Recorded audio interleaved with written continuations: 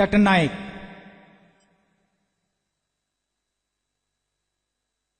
এটা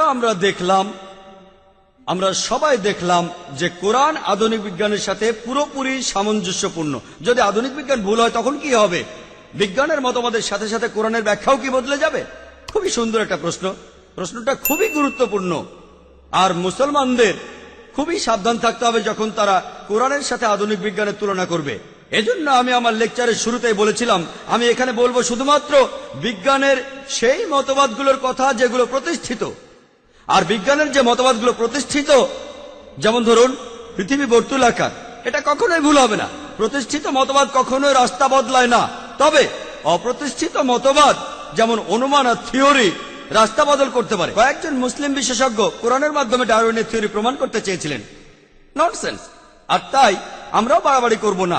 আমরা কোরআনের মাধ্যমে আধুনিক বিজ্ঞানের সবকিছু প্রমাণ করব না। প্রমাণ করার আগে আমাদের দেখতে হবে সেটা প্রতিষ্ঠিত নাকি অপ্রতিষ্ঠিত।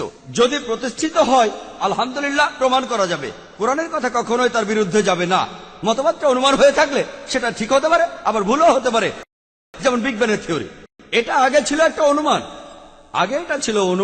আজকে প্রমাণিত হওয়ার পর যখন স্টিফেন হকিং নামে এক বিজ্ঞানী এটা প্রমাণ করলেন, এটা প্রতিষ্ঠিত।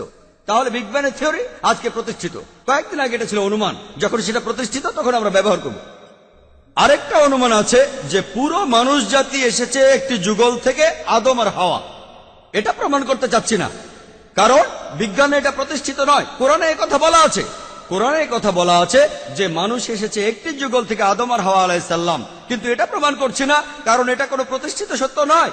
তাই আমরা যখন তুলনা করব পবিত্র কোরআন আর আধুনিক বিজ্ঞানের মতবাদ, খেয়াল রাখতে হবে আমরা শুধু সেই মতবাদগুলোই পরীক্ষা করব যেগুলো প্রতিষ্ঠিত সত্য, কোনো অনুমান নয়।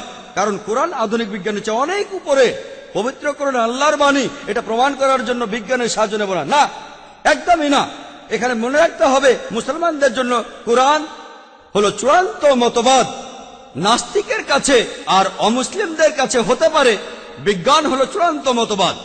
আমি যেটা করছি, নাস্তিকের যে মতবাদ আছে সেই মতবাদটা নিচ্ছি আর কোরআনে মুসলমানদের মতবাদের সাথে তুলনা করছি।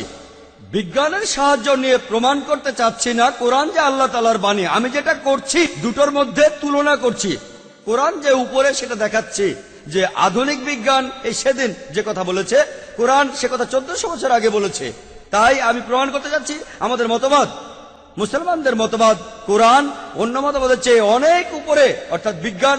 তাই আমাদের কোরআনকে বিশ্বাস করা উচিত। কোরআনই সবার উপরে। আশা করি উত্তরটা পেয়েছেন। ধন্যবাদ ডক্টর নায়েক।